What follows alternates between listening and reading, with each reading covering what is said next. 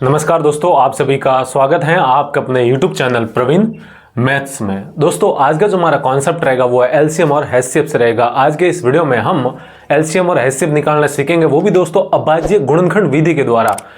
हम जो आज एलसीएम और एचसीएफ निकालना सीखेंगे वो दोस्तों इस विधि के द्वारा, यानी कि अभाज्य गुणनखंड विधि के द्वारा हम संख्याओं का एलसीएम और एचसीएफ निकालना सीखेंगे। तो ये सब सीखने के लिए दोस्तों इस वीडियो को पूरा जरूर देखिएगा। देखिए दोस्तों, हमारा सवाल क्या है, 12, 18, 48 का हमें एलसीएम और एचसीएफ ज्ञात करना है, वो भी दोस्तों अभाज्य गुणनखंड विधि के द्वारा। यहां पर 12 और 18, 48 ये तीन संख्या है, इन तीनों का एलसीएम और एचसीएफ निकालना है। तो देखिए दोस्तों, हमें अभाज्य गुणनखंड विधि के द्वारा निकालना है। तो इस विधि में देखिए अभाज्य नाम लिखा हुआ है अभाज्य गुणनखंड। तो सबसे पहले हमें दोस्तों ये जो 12, 18 और 48 ये जो तीनों संख्या दी गई है, इन संख्याओं का सबसे पहले आपको अभाज्य गुणनखंड करने होंगे, ठीक है नहीं। तो हम सबसे पहले दोस्तों 12 के अभाज्य गुणनखंड यहां पर करते हैं। तो ध्यान दीजिए, 12 यहां पर लिखेंगे हल, ठीक है। 12 के अभाज्य गुणनखंड। अब अभाज्य गुणनखंड का मतलब क्या होता है, 12 को अभाज्य संख्याओं के गुणा के रूप में लिखना है, ठीक है नहीं। अभाज्य संख्या क्या होती है, ऐसी प्राकृत, ऐसी नेचुरल नंबर जिसके एग्जैक्टली 2 फैक्टर्स हो, यानी कि 2 गुणनखंड हो, सिर्फ 2 ही गुणनखंड हो। या फिर आप कह सकते हैं जिन संख्याओं में स्वयं और एक के अलावा किसी और संख्या का भाग नहीं जाता है, तो वो दोस्तों अभाज्य संख्या होती है, ठीक है नहीं। तो मैं अभाज्य संख्या होती है वो दोस्तों 2, उसके बाद 3, फिर 5, फिर 7 और इस प्रकार ये अभाज्य संख्या आगे बढ़ती जाती है, ठीक है नहीं। तो अब 12 के अभाज्य गुणनखंड करने हैं। तो सबसे पहले 12 लिखेंगे इस प्रकार, एक वर्टिकल यानी कि ऊर्ध्वाधर और एक क्षैतिज हॉरिजॉन्टल लाइन खींचेंगे, ठीक है। सबसे पहले आपको सबसे छोटी अभाज्य संख्या यानी कि 2 का भाग लगाना शुरू करना है, यदि 2 का भाग जाता है तो। अब दोस्तों 12 में 2 का भाग जाता है तो आप 2 का भाग लगाएंगे। 2 का भाग 12 में कितनी बार जाएगा, 6 बार, तो लिखेंगे 6। फिर 2 का भाग वापस लगाएंगे तो 2 का भाग 6 में कितनी बार जाएगा दोस्तों, 3 बार, ठीक है। फिर अब 2 का भाग 3 में जाएगा नहीं, तो 2 के बाद जो आगे अभाज्य संख्या आती है वो दोस्तों 3 आती है, तो 3 का भाग लगाएंगे। 3 का भाग 3 में कितनी बार जाएगा, 1 बार जाएगा, ठीक है। तो ये देख सकते हैं आप, ये हो गए 12 के अभाज्य गुणनखंड, यानी कि 2, 2, 3, 2 गुणा 2 4, 4 गुणा 3 दोस्तों कितना होता है, 12 होता है, ठीक है। ये हो गए 12 के अभाज्य गुणनखंड। अब दोस्तों हम 18 के अभाज्य गुणनखंड निकालते हैं, ठीक है नहीं। यहां पर लिखेंगे 18 और फिर इस प्रकार लाइन खींचेंगे और एक इस प्रकार लाइन खींचेंगे। अब हम 18 के अभाज्य गुणनखंड करते हैं, ठीक है। तो सबसे पहले सबसे छोटी अभाज्य संख्या 2 का भाग लगाते हैं। 2 का भाग दोस्तों इसमें जाता है तो लिखेंगे 2। 2 का भाग 18 में कितनी बार जाएगा, 9, तो लिखेंगे 9, ठीक है। क्या 2 का भाग 9 में जाता है? अब दोस्तों 2 का भाग 9 में नहीं जाता है, तो 2 के बाद जो आगे अभाज्य संख्या आती है वो दोस्तों कितनी आती है, 3 आती है। तो अब हम 3 का भाग लगाएंगे। 3 का भाग इसमें जाता है तो लिखेंगे 3। फिर 3 का भाग 9 में कितनी बार जाएगा, 3 एकम 3, 3 दूनी 6, 3 3 9, कितनी बार जाएगा दोस्तों, 3 बार जाएगा, ठीक है। इतना हो गया। अब आया क्या हमारे पास, 3। अब 3 में वापस 3 का भाग लगाते हैं, जाता है 1 बार जाएगा, तो दोस्तों 3 का भाग अब वापस लगा देते हैं। तो 3 का भाग 3 में कितनी बार जाएगा, 1 बार जाएगा। तो आप देख सकते हैं 18 के जो अभाज्य गुणनखंड आए वो आए 2 गुणा 3 गुणा 3, ठीक है। अब दोस्तों हमें जो तीसरी संख्या थी हमारे पास 48, इसके भी अभाज्य गुणनखंड करने हैं, ठीक है नहीं। तो मैं यहां पर कर लेता हूं, ठीक है, 48 के, ताकि वहां पर हम और भी लिखेंगे, ठीक है नहीं। तो यहां पर लिखेंगे 48 और इस प्रकार एक लाइन खींच देते हैं, ठीक है दोस्तों। 48 के अभाज्य गुणनखंड करते हैं। तो सबसे पहले हम 2 का भाग लगाते हैं। क्या 48 में जाता है? 2 का भाग 48 में दोस्तों जाएगा, तो 2 का भाग लगाएंगे। 2 का भाग 48 में कितनी बार जाएगा, 24 बार, तो लिखेंगे 24, ठीक है। अब 24 में 2 का भाग जाता है तो 2 का भाग वापस जाएगा, तो 2 का भाग हम वापस लगाएंगे। तो 2 का भाग 24 में कितनी बार जाएगा दोस्तों, 12 बार, तो लिखेंगे 12, ठीक है। क्या 12 में 2 का भाग जाता है दोस्तों, 2 का भाग फिर जाता है तो लगाएंगे 2 का भाग। जब तक जाता है तब तक आप भाग लगाते ही जाना है, ठीक है। यही होता है अभाज्य गुणनखंड में। 2 का भाग 12 में कितनी बार जाएगा, 6 बार, तो लिखेंगे 6। फिर 2 का भाग 6 में जा रहा है 3 बार, तो लिखेंगे 3, ठीक है दोस्तों। अब 2 का भाग 3 में नहीं जाता है, ठीक है। तो 2 के बाद जो आगे अभाज्य संख्या आती है वो दोस्तों 3 आती है, तो अब 3 का भाग लगाएंगे। 3 में 3 का भाग जाता है तो लिखेंगे 3 और कितनी बार जाएगा दोस्तों, 1 बार। आप देख सकते हैं 1 आ चुका है। तो 48 के ये हो गए दोस्तों अभाज्य गुणनखंड हो गए, ठीक है। सबसे पहले आपको अभाज्य गुणनखंड विधि के द्वारा एलसीएम और एचसीएफ निकालने के लिए जो दी गई संख्या है उनके इस प्रकार दोस्तों आपको अभाज्य गुणनखंड करने हैं, ठीक है। अब देखिए दोस्तों क्या करना है, ध्यान दीजिए। यहां पर लिखेंगे अभाज्य गुणनखंड, ठीक है, अभाज्य गुणनखंड, सबके अभाज्य गुणनखंड लिख देते हैं, ठीक है दोस्तों। देखिए 12 के अभाज्य गुणनखंड लिखेंगे, ठीक है। तो 12 के अभाज्य गुणनखंड ये है 2 गुणा 2 गुणा 3, ठीक है। तो 12 को आप इस प्रकार लिख सकते हैं 2 गुणा 2 और गुणा में 3, ठीक है।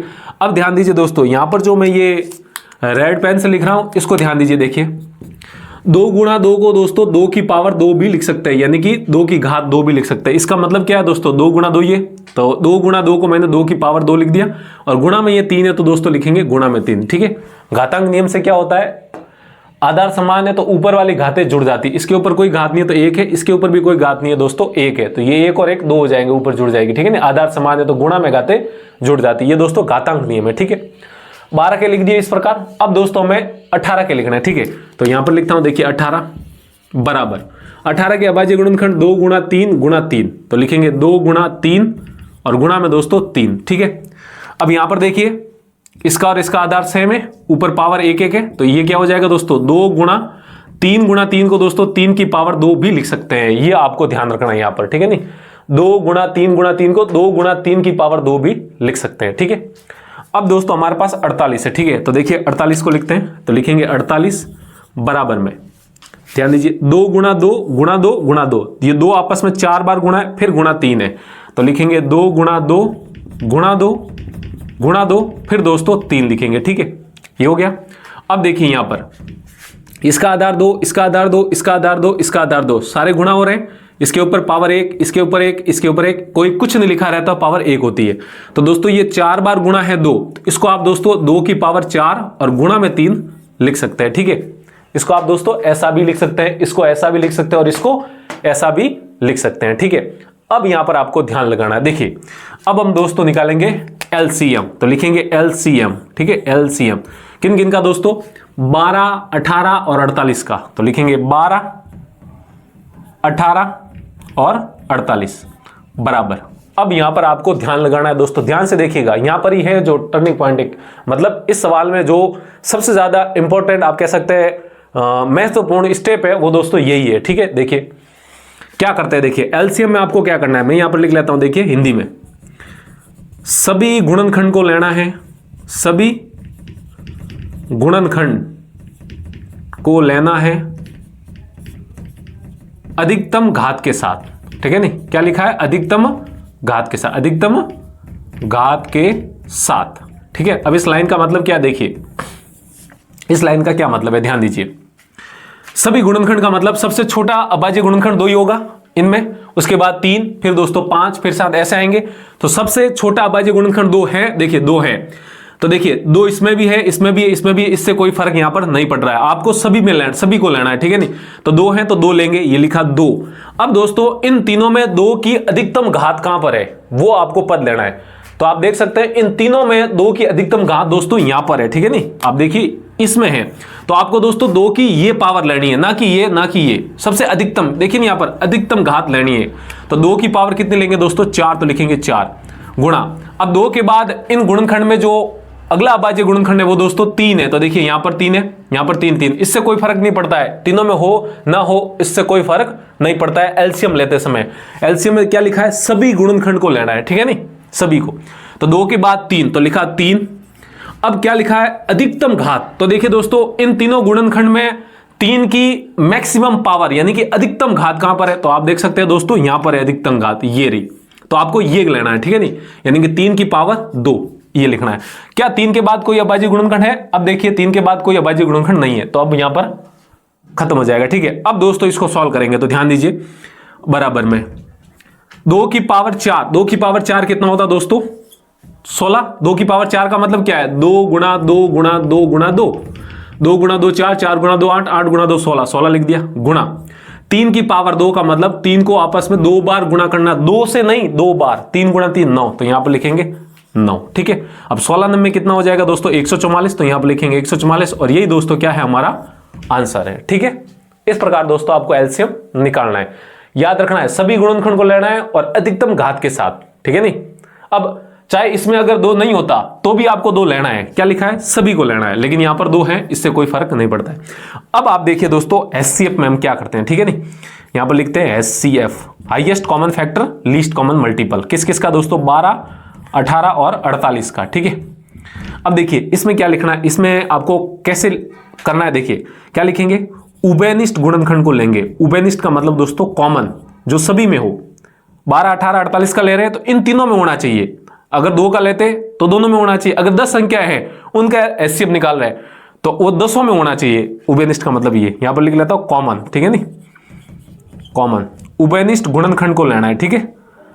उभयनिष्ठ गुणनखंड को, इसका मतलब गुणनखंड को लेना है न्यूनतम घात के साथ, क्या लिखा है दोस्तों ध्यान दीजिएगा, न्यूनतम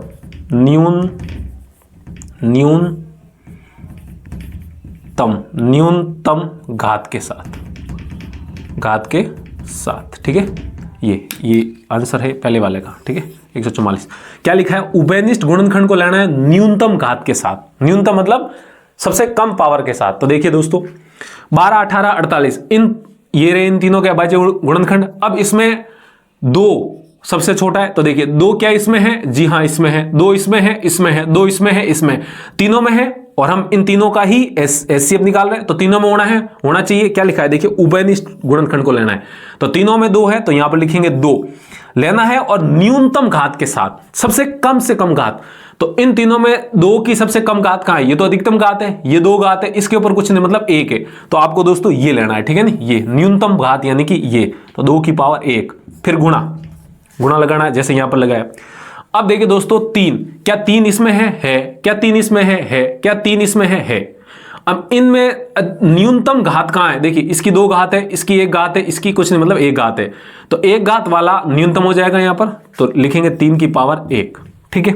अब इनको गुणा कर देते हैं, 2 की पावर 1 का मतलब 2 और 3 की पावर 1 का मतलब 3, तो 2 गुणा 3 कितना हो जाएगा दोस्तों, 6, और यही हमारा क्या है, आंसर है। तो आप कह सकते हैं दोस्तों 12, 18, 48 का एलसीएम कितना हो गया, 144, और एचसीएफ कितना हो गया, 6 हो गया। इस प्रकार दोस्तों आपको अभाज्य गुणनखंड विधि के द्वारा दी गई संख्याओं का एलसीएम और एचसीएफ निकालना है। अब दोस्तों यहां पर देखिए, अगर आपको यह करने की आवश्यकता है तो आप कर सकते हैं, या फिर आप दोस्तों सवाल का आंसर सीधा यहां से ही शुरू कर सकते हैं कि अगर आपको अभाज्य गुणनखंड डायरेक्ट निकालना आते हैं, इनके करने की बजाय आप डायरेक्ट ये कर सकते हैं, तो आप दोस्तों इतना ही लिखिए, आपका सही माना जाएगा, ठीक है। नहीं अगर आपको ये डायरेक्ट नहीं आते तो दोस्तों आप इस प्रकार कर सकते हैं, ठीक है, आपको सही लगे। तो दोस्तों आई होप, तो दोस्तों उम्मीद है कि आपको समझ में आया होगा कैसे दी गई संख्याओं का अभाज्य गुणनखंड विधि के द्वारा एलसीएम और एचसीएफ निकाला जाता है। दोस्तों यदि आपको समझ में आया तो वीडियो को लाइक कीजिए, और अब तक चैनल को सब्सक्राइब नहीं किया तो वीडियो के नीचे वाला जो लाल बटन उसको दबा दीजिए, उसके पास वाली घंटी भी दबा दीजिए। तो दोस्तों आज के लिए इतना ही रखते हैं, जल्दी मिलते हैं हम ऐसी एक बेसिक गणित से जुड़ी हुई वीडियो के साथ। तब तक के लिए आप पढ़ते रहिए, मस्त रहिए, हंसते रहिए और दोस्तों खेलते रहिए।